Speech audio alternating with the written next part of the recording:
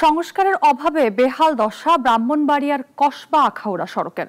পুরো সড়ক জুড়েই অসংখ্য খানাখন্দ, চরম দুর্ভোগে এলাকাবাসী। রাস্তাগুলো তৈরি গর্ত পেরোতে দুর্ঘটনার শিকার হচ্ছেন পথচারীরা। জুটন চন্দ্র বণিকের রিপোর্ট, জানাচ্ছেন শাশ্বতী সরকার। শহরের অন্যতম ব্যস্ততম কসবা আখাউড়া সড়কটি হয়ে দাঁড়িয়েছে ঝুঁকির কারণ। পুরো রাস্তা জুড়ে খানাখন্দ, ভোগান্তিতে পথচারী থেকে যানবাহন চালকরা। সামান্য বৃষ্টি হলেই কাদা পানিতে রাস্তার গর্তগুলো পরিণত হয় ছোট ছোট পুকুরে। দীর্ঘদিন সংস্কার না করায় এই বেহাল দশা।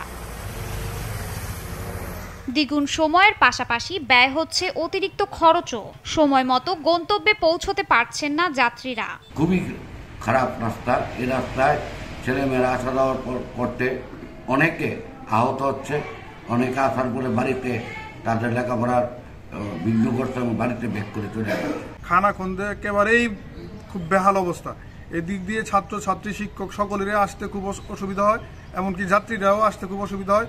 অটো বিশেষ করে প্রায় সময় অটো উল্টায় যায়। গতকালকে আপনার 2টা গাড়ি উল্টাইছে, আমি নিজে উঠাইছি। এর মধ্যে একটা বাচ্চার হাত ভেঙে গেছে, একটা মুরব্বী টাইপের লোকের ওনার পায়ে ব্যথা পাইছে। এদিকে প্রকৌশল অধিদপ্তর জানায়, সংস্কারের কাজ শুরু করলেও বৃষ্টির কারণে কাজ বন্ধ রেখেছে ঠিকাদাররা। 1 মাসের মধ্যেই কাজ আবার শুরু হবে বলে জানান এই কর্মকর্তা।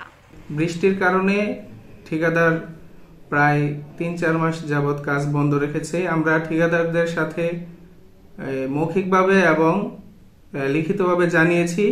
ঠিকাদার আশ্বস্ত করেছে যে আগামী 1 মাসের মধ্যে সে আবার কাজটি ধরবে এবং 2 মাসের মধ্যে সে আমাদেরকে হ্যান্ডওভার করবে।